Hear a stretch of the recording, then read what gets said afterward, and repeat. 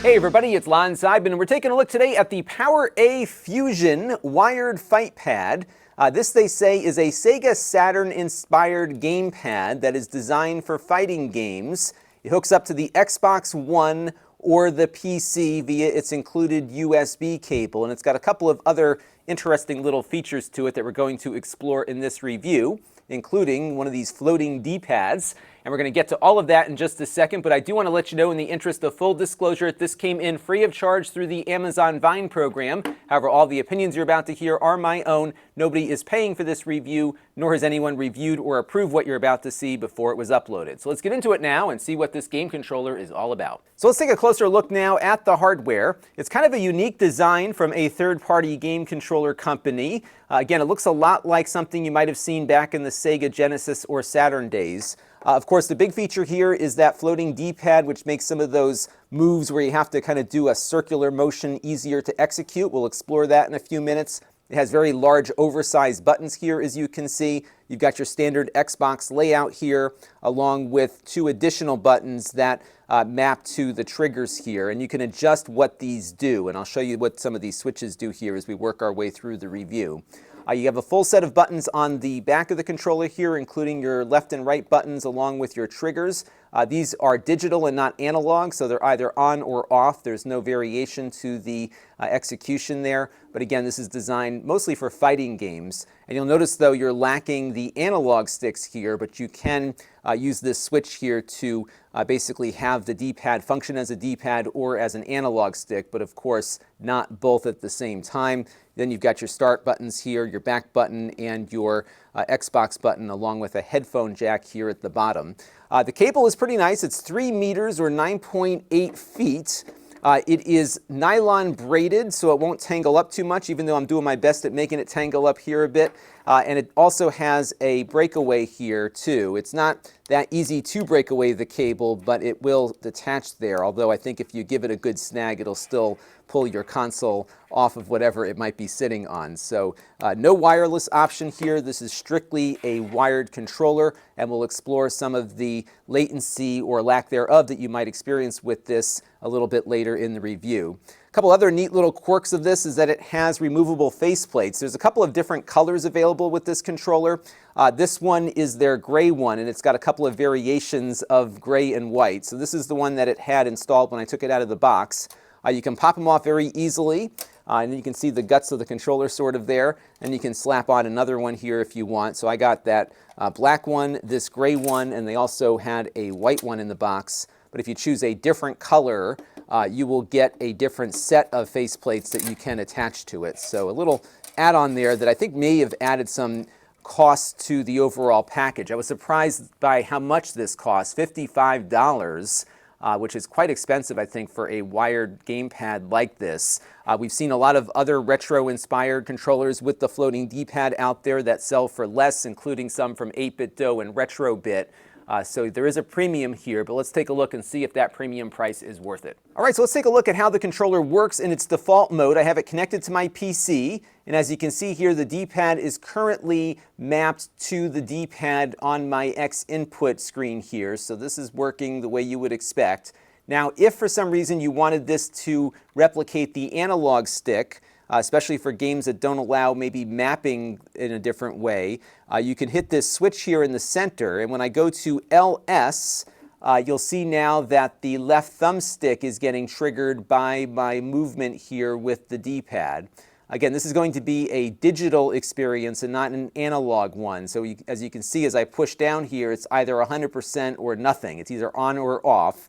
So you're not going to get a lot of precision like you would with an analog stick, but you can map the pad to the stick with this switch without having to go through any software. And then if I flick it all the way over to this RS mode, you'll see now that it's become the right stick. So you can switch it around here, but again, you only have one main control surface here, and this is certainly not going to work for every game that you attach it to. There's another switch as well, because you may want to have some way to click your analog sticks that don't exist on here. So on the top of the controller is a switch that will remap the left trigger and the left button. So if I flick the switch over like so, to the right here, what'll happen is that when I hit the left button, as you can see here, my left analog stick here lights up. That would be the equivalent of pushing in the stick. And then if I hit the trigger button here, you'll see that that same motion happens on my right stick. And then if I flick it back, I get my triggers and my buttons back as I had them before. The other two buttons here are mapped to the right button and the right trigger. So if I push this button in here, you can see that it also will light up the right button push there. And then if I hit RT here, that will initiate a right trigger movement. And I'm not seeing any other switches for controlling what these two buttons do, but I am finding, at least in the case of Street Fighter V, that everything is mapped pretty much perfectly right out of the gate without having to do anything in the software to configure it. So let's jump in now to Street Fighter V and see how it works. All right, so we've got Street Fighter V loaded up right now, and the good news is that everything by default is mapping properly. So it looks like the buttons they chose here kind of line up with how most of these fighting games tend to map their controls. This will, of course, remind you a lot of your Sega Genesis days where you've got all of your kicks here on the lower level of buttons and then the punches on the upper level. So that was good. All good so far. And then we can try to do some of the special moves here by rolling the D-pad. And I was doing better at this last night, but as you can see here, I'm able to get it to execute pretty decently, again, because the D-pad here is floating. Now, I am far from a skilled Street Fighter player by any stretch, but I'm able to get these moves to execute a little bit more reliably than I typically experience with some of the first-party Xbox controllers, so that is a good thing. So I think if you were used to doing a lot of those D-pad rolls back in the day, I think this will probably do it for you, just because the controller design here is really suited well for doing those rolling kinds of moves. So all good on that front, and overall I like the size of the buttons, I like the size of the pad, and I would imagine if you were someone who played a lot of these games with a D-pad, I think you will like what they put together here. It's hard to hit the wrong button just given the size of everything, and I think that's the real advantage to this one. Of course, the games you can play will be limited. This kind of game is going to work great, but something that relies on more controls will not. So again, this will be a particular weapon in your tool chest for specific circumstances, but at least in the fighting games here, which is what it's designed for, it feels like it's working pretty well. Now, we also tested the latency of the game controller, and we do that by shooting the screen at 240 frames per second with my iPhone, and we have the controller in frame. We hit a button and see how long it takes for that button push to show up on screen. We do that with a 144 hertz display to give us the best possible circumstances here. And this one was running about 10 milliseconds slower than what I was seeing with an Xbox One controller, as well as some of the 8BitDo retro-inspired controllers that we've reviewed. Not a huge difference, but it's there, and it's something that we saw over and over again throughout multiple tests. So the Xbox controller and the 8BitDos are typically around 40 to 44 milliseconds, and that's inclusive of the display, the USB processing, and everything else.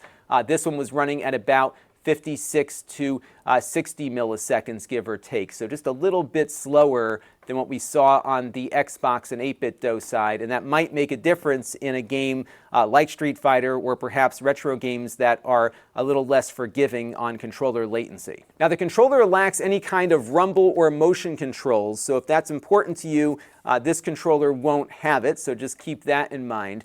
But overall, it's not a bad layout here. I really like the way it feels. It's kind of oversized. It's got a nice ruggedness to it. I was surprised that although the faceplates come off easily with a deliberate motion, they don't come off by accident, so it's not going to pop off on you in the middle of gameplay. I like the oversized buttons here. It just feels nice and sturdy, which is a good thing.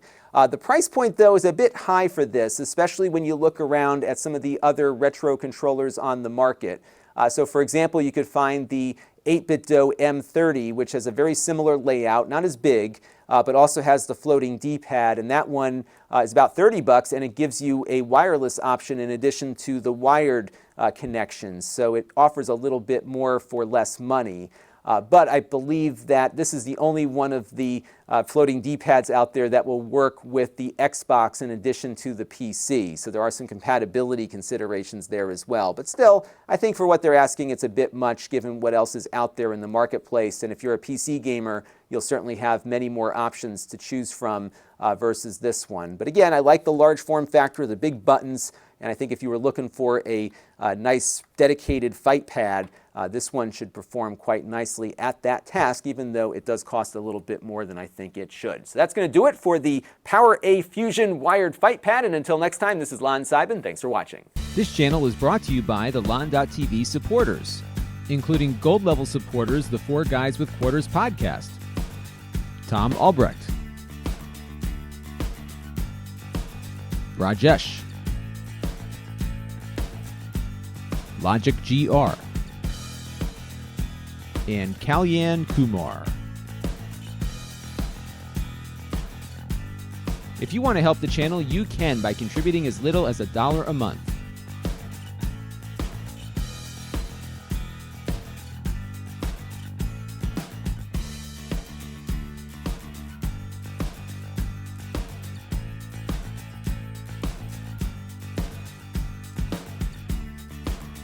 Head over to lon.tv/support to learn more.